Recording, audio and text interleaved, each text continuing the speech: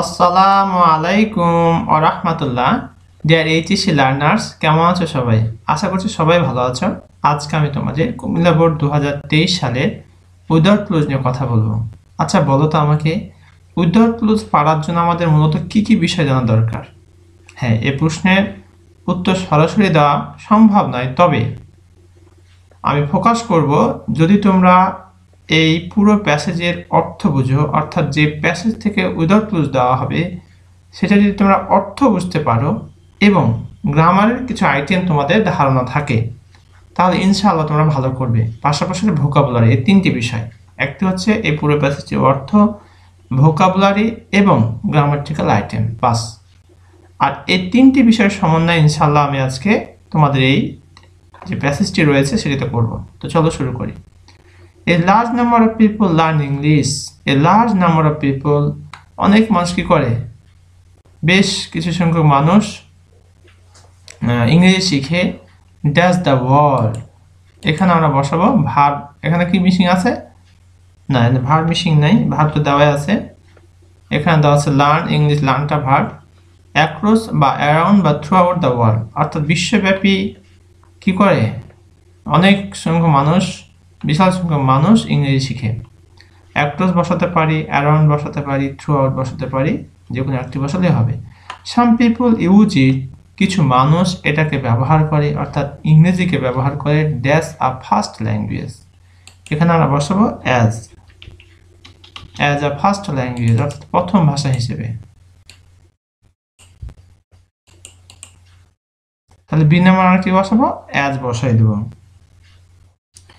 C number, as a first language and some people take it as a second language, এখানে বসাবো second.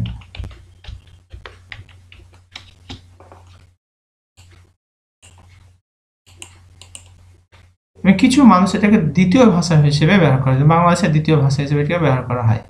Many international dash না depend on English, many international dash, এখানে international শব্দটি হচ্ছে adjective, এরপরে gap আছে, অ্যাডজেক্টিভের পরে gap থাকলে কি বসে? নাউন বসাতে হবে, অর্থাৎ এখানে আমরা একটা নাউন বসাবো। আর এখানে মেনি থাকার কারণে সে নাউনটি প্লুরাল হয়ে যাবে। কোম্পানিজ, কোম্পানিজ,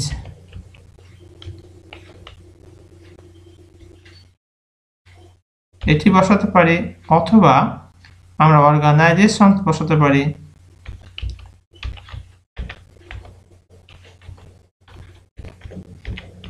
অথবা আমরা ইনস্টিটিউশনস বসাতে পারি।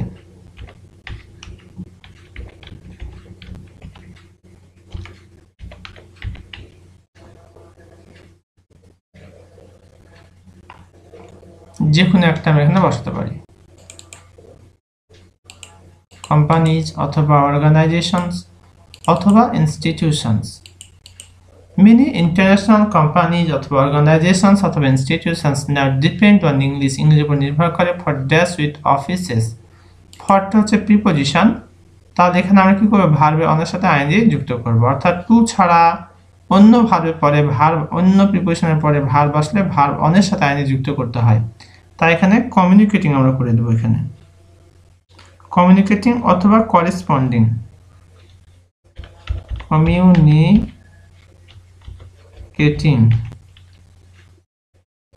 অথবা করেসপন্ডিং, করেসপন্ডিং।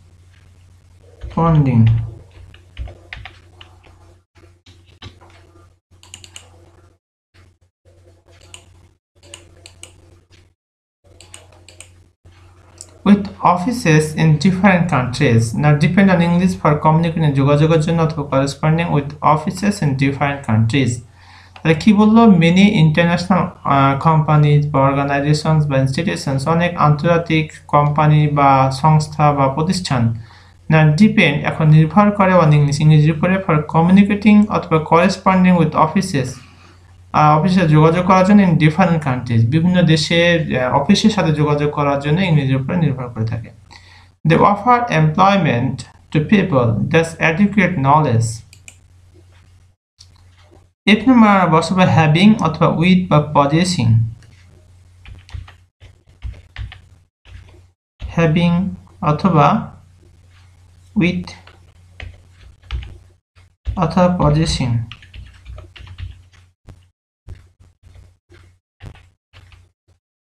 হ্যাভিং অথবা উইথ অথবা পজিশিং, যে কোনো একটা আমরা বসাই দিতে পারি এখানে।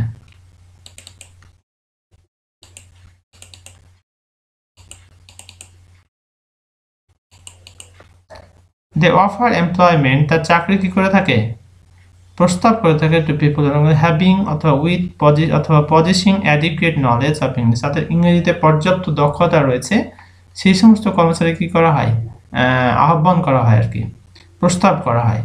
দ্য অ্যাডভার্টাইজমেন্টস, বিজ্ঞাপন সমূহ dash in many ডেইলিজ dash in English, এখানে খেয়াল করো দ্য অ্যাডভার্টাইজমেন্টস, যে নাম্বার আমরা বসাবো এখানে পাবলিশড অথবা সার্কুলেটেড,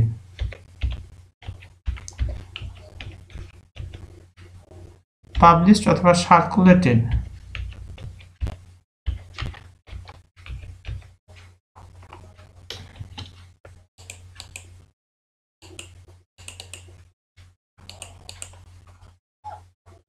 অর্থাৎ এখানে বলতে যাচ্ছে যে দ্য অ্যাডভার্টাইজমেন্টস পাবলিশ অথবা সার্কুলেটেড ইন মেনি ডেইলিজ, বিভিন্ন দৈনিক পত্রিকাগুলোতে বিজ্ঞাপন কি হয়, প্রকাশিত হয় বা বিজ্ঞপ্তি দেওয়া হয় dash in English. H number আমরা বসাবো এখানে আর ইন ইংলিশ।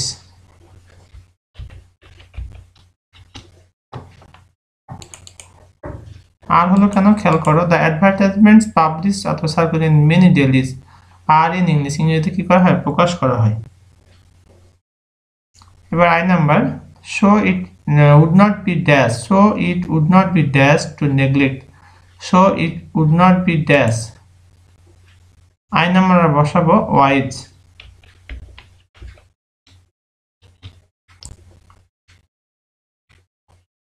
অথবা লজিক্যাল আমরা দিতে পারি এখানে।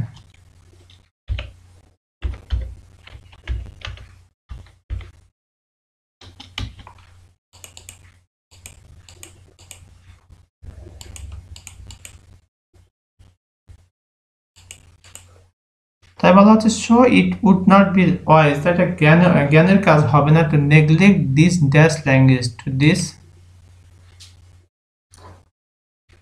ইম্পর্টেন্ট বা ইন্টারন্যাশনাল, ইম্পর্টেন্ট বা ইন্টারন্যাশনাল,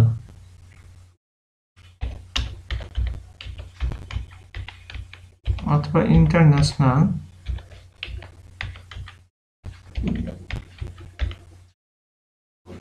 অথবা আমরা বসাতে পারি এখানে নেসেসারি।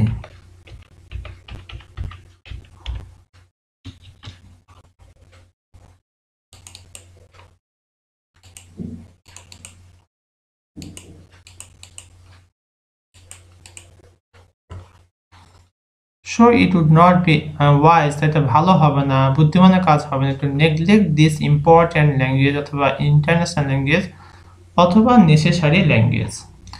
ডিয়ার লার্নার্স, এই ছিল আমাদের কুমিল্লা বোর্ড 2023 সালের উইদাউট ক্লোজ।